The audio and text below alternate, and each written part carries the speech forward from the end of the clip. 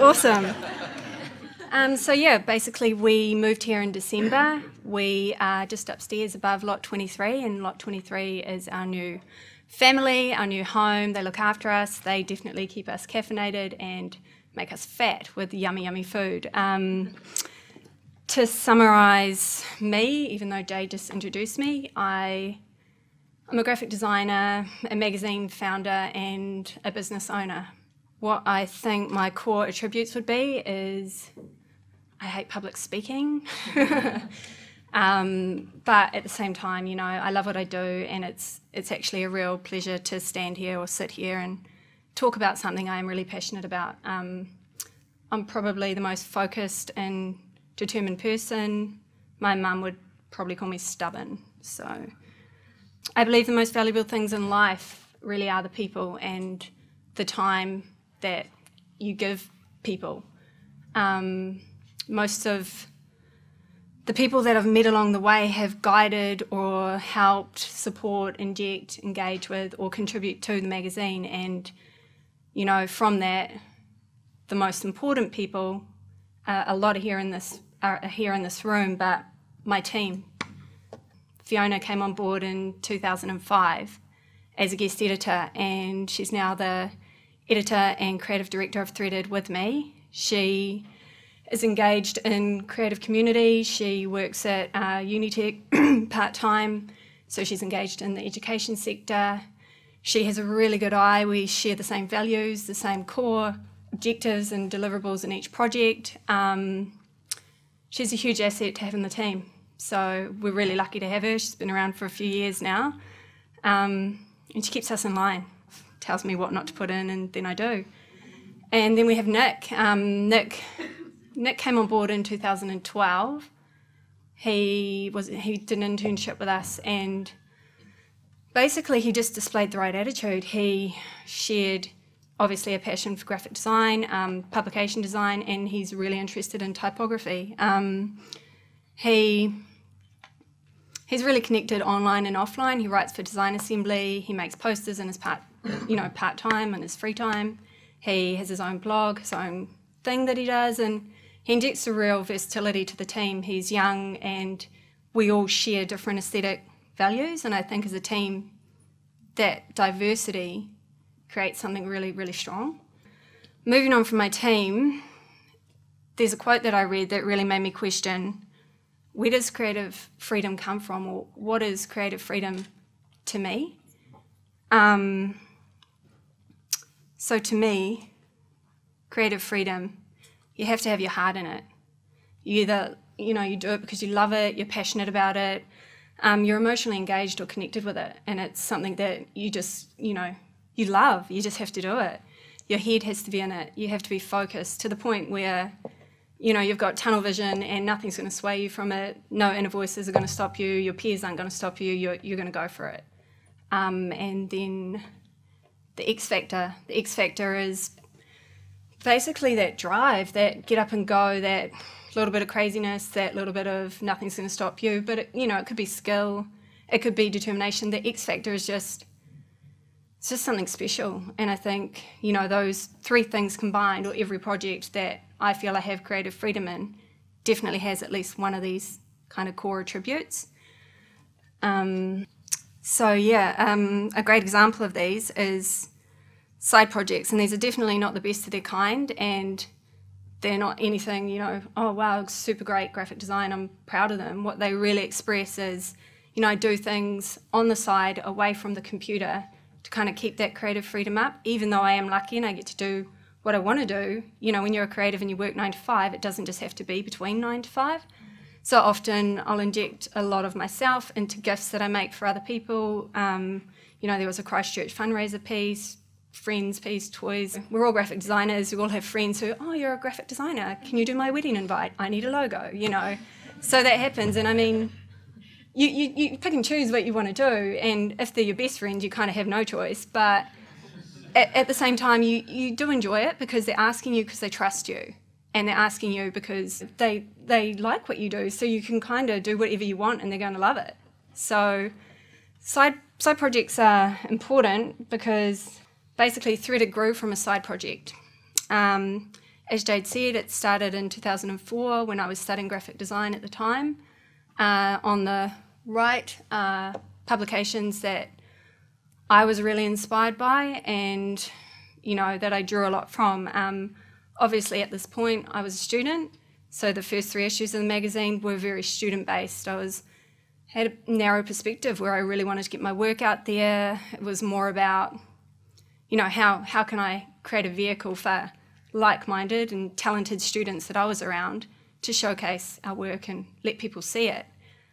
But yeah, I think that quote's important too because it's just do it. Often people have so many good ideas and my partner's like king of great ideas, but nothing is ever executed and I'm always like, well, just do it. What do you need? Let's do it.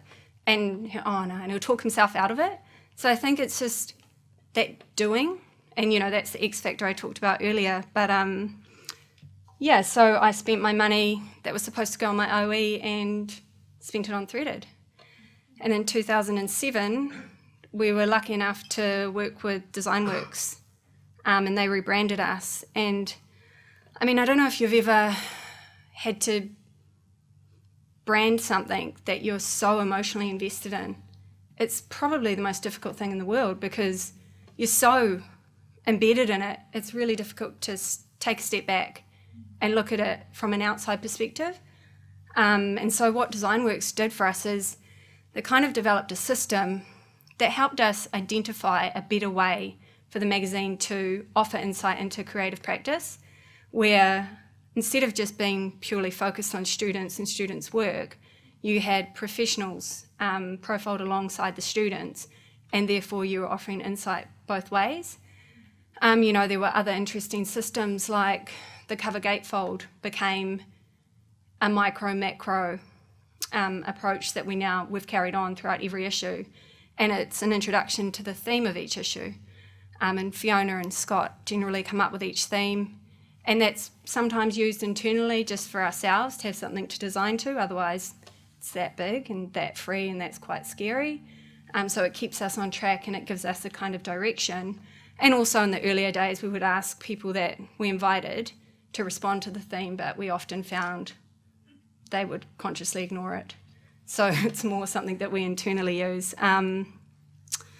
But yeah, from this, the other systems that we developed were, I can't read that, but I think it's Pigeonhole, which is really a creative ecosystem or the sharing of a system. You know, it's a section in the magazine where there's snippets and bits of things that are happening, cool things, giveaways, kind of ear to the ground type stuff.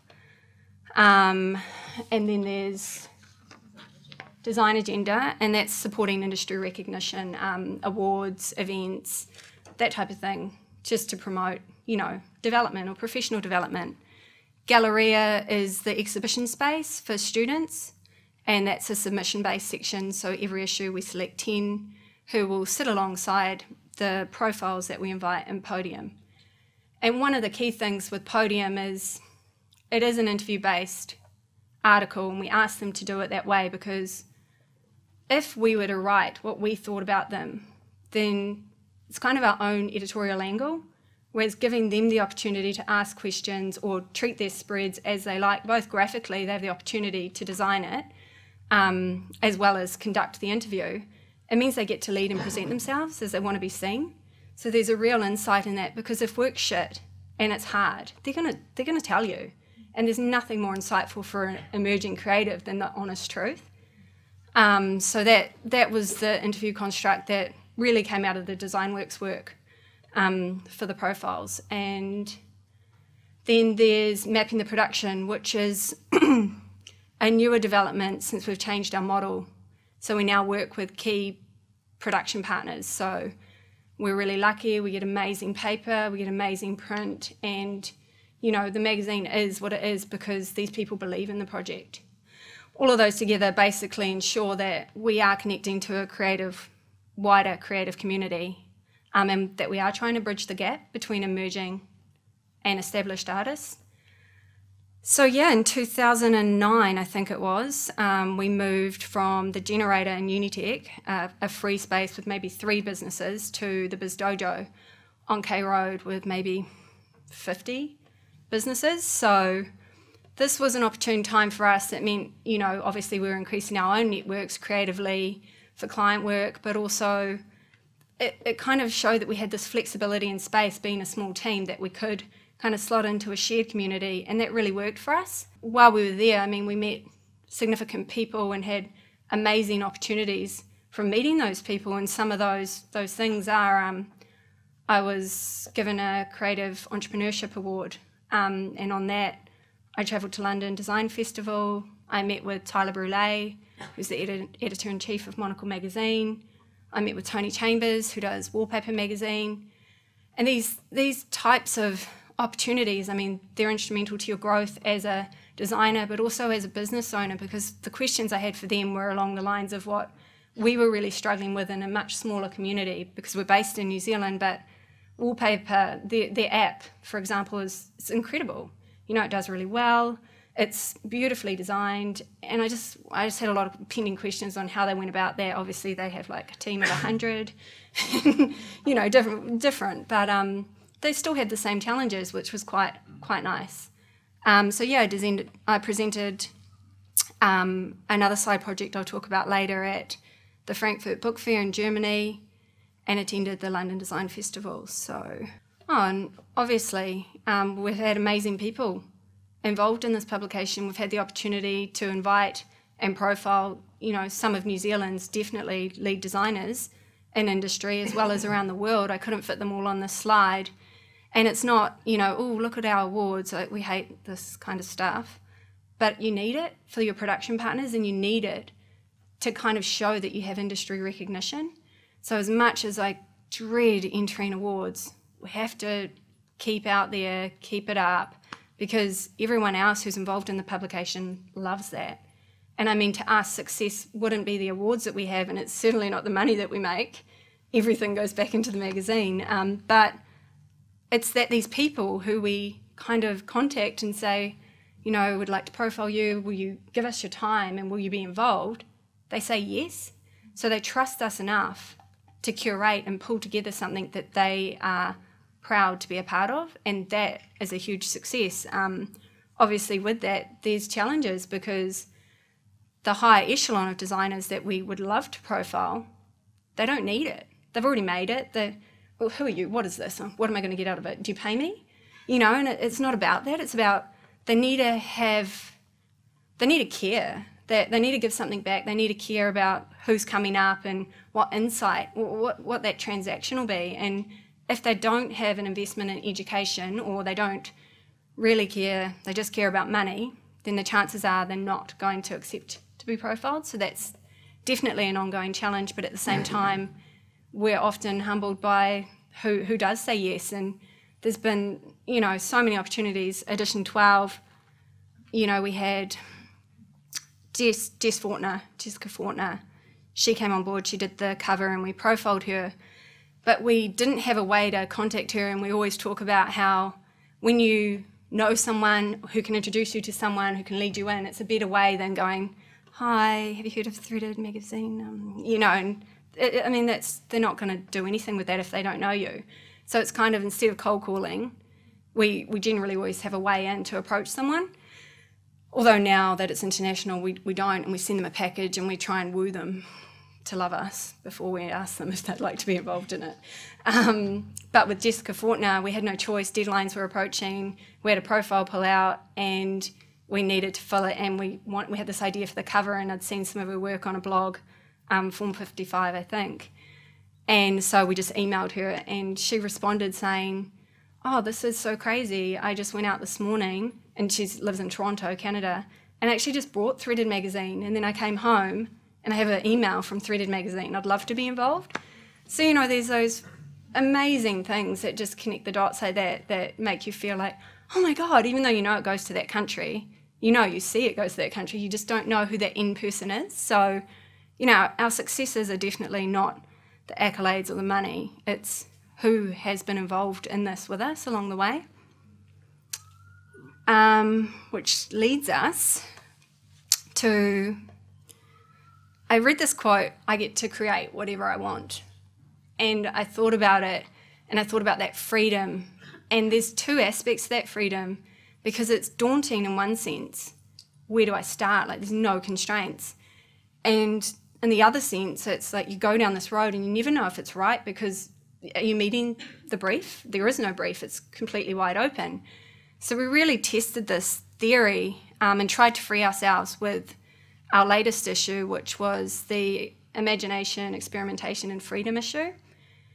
And through this, it was a challenging resolve of looking towards surrealism, looking towards arts, music, literature, and really trying to break down the boundaries of convention, trying to be playful without editing as you naturally do when you as your art director or as a designer. So it was just trying to free all aesthetic conventions, free everything, and be as playful as we could, at least for the sections that we design, so that we were really being open and honest to the theme. Actually on that, just because pure coincidence and randomness of that issue, there's 10 magazines under 10 random seats for 10 lucky people. So check under your seat, it's sellotaped. You might be a lucky person. Yeah.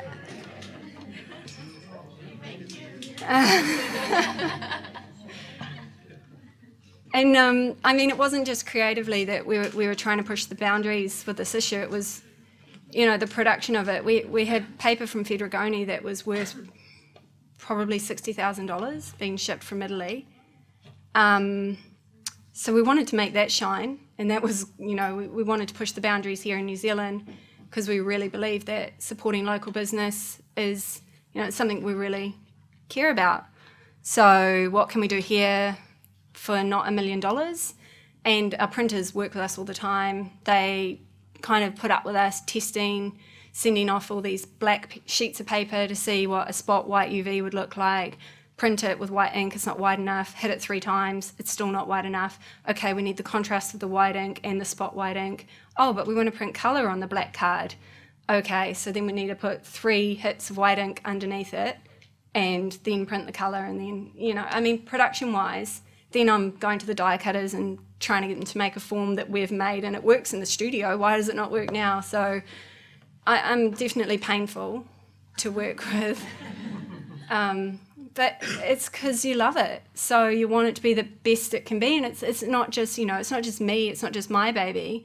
Like, if I think about, as much as Fiona probably hates the magazine 90% of the time, it's still a representation of all of us. And if we were to step back from it and look at it and who's involved and what it does, I think we are really proud of it, because it's about the creative community, and we really believe in that. And we try and do that justice in every issue that we put together. I just wanted to talk about the production boundaries that we're trying to push. Oh, and Scott, who is our copywriter, he lives in Budapest. I can't see the quote, but you can read it. This was taken from the manifesto in this issue, which we all signed and agreed to, and it was just really, agreeing to the conceptual train of thought and not following aesthetic convention, that kind of encouragement of loss of innocence. And this is a side project that the studio did, which leads me to the other part of it, where you have so much freedom, you kind of get a creative block. And what do you do with that creative block when there is a brief? Now, the brief here was very vague. Basically, Fedrigoni produce a book, and they invite 8 designers around the world to have 16 pages in this book. You are completely wide open, and you have any embellishment you want. You have any colours you want, any PMS colours, any embellishment like foil, anything. You can do it all. So production-wise, you're completely open, and then design-wise, the only loose brief that you have to respond to visually is the cultural heritage that you come from, the country. That's it. So initially we started brainstorming and we were like, what's unique about New Zealand? It's a country of two halves, that's really unique. We're really young. How can we represent the geographical dimensionality that our country has, that no one else really has? The beauty of the land, how can we do this? And every direction we went down, we just kept coming up with these cliche postcard-like designs. And it was just like, oh my God, what are we going to do? How are we going to connect to this? And this is, you feel this pressure because all of a sudden you're like an ambassador for your country, representing your country in a graphical way. And the only way, and I think it was an interesting position for us to be in too, because we often, when we invite profiles to be featured in the magazine, we give them a wide open brief. We say this is the theme, but you can do whatever you want. And we were now that person. We were the profilee, and now we had to present ourselves however we wanted, but as a reflection of our country. So the only way that we could really, the best way that we found to approach it was to be personal with it and think about what really is unique to our country as our culture. And I'm part Māori myself, but I live in Auckland, I wasn't brought up in a marae. I know the protocol, I know a little bit of te reo Māori, but I certainly wouldn't stand up and, I could do a speech and say hello and that's about it, or understand bits. But I didn't feel enough to step on the toes of people. So I talked about it a lot with my mum and my uncle, and we used a typeface that Nick designed in edition 14 called Plateau as a Māori kind of introduction lead-in. But basically, the way that we approached it was, if you were to stand up and talk about who you are in Māori culture, you would talk about where you come from, and that makes up who you are. It's those that went before you. We're all a part of the land. You would talk about your mountain, your river. And so using this kind of system, we graphically wanted to represent where we come from as a country. So obviously we drew topographical views of Aotearoa, which talked about the volcanic stuff that we were looking at initially, Matariki and the stars and the wayfinding navigation. Then we talked about the rivers, and I used objects, kind of like art. We really wanted to curate it in a contemporary way, not a token Māori way, using things that meant something to us. So there was a pounamu from my mother, a bone carving from my father, a kowhai flower that we worked with Han, I don't know if he's here today, to 3D up, because those things in Māori culture mean something. They symbolise that the kina is fat, or, if the totara leaf is falling, they all have things, and that's how Māori navigated. So we wanted to use them as a graphic navigation system so that when it gets to the end, we could explain what those symbols or graphic devices actually mean. So for someone that hadn't been to New Zealand, they wouldn't get, the typical stories about Maui fishing up the island and the long white cloud. They'd get a little bit of Māori mythology, but probably stories they didn't know, or more spiritual sides of things, what mana means and that type of thing, what a manaya is. So we wanted to, it was just, that was a resolve of a really difficult project that, again, I think we all were really happy with. So we're coming to the end now, and I just thought it'd be a good opportunity to talk about the future and where we're going with that. Basically, we're under the pump, big time, with the next issue, goes to print next month, and we'll be releasing that. We'll have a launch party, and the theme for that issue is creating a monster. Basically, it's about a significant project, and probably everything that I've talked about today, and how that obsessiveness of injecting yourself into something solely and fully comes about. And we've asked all of our 5 profiles to respond to this theme.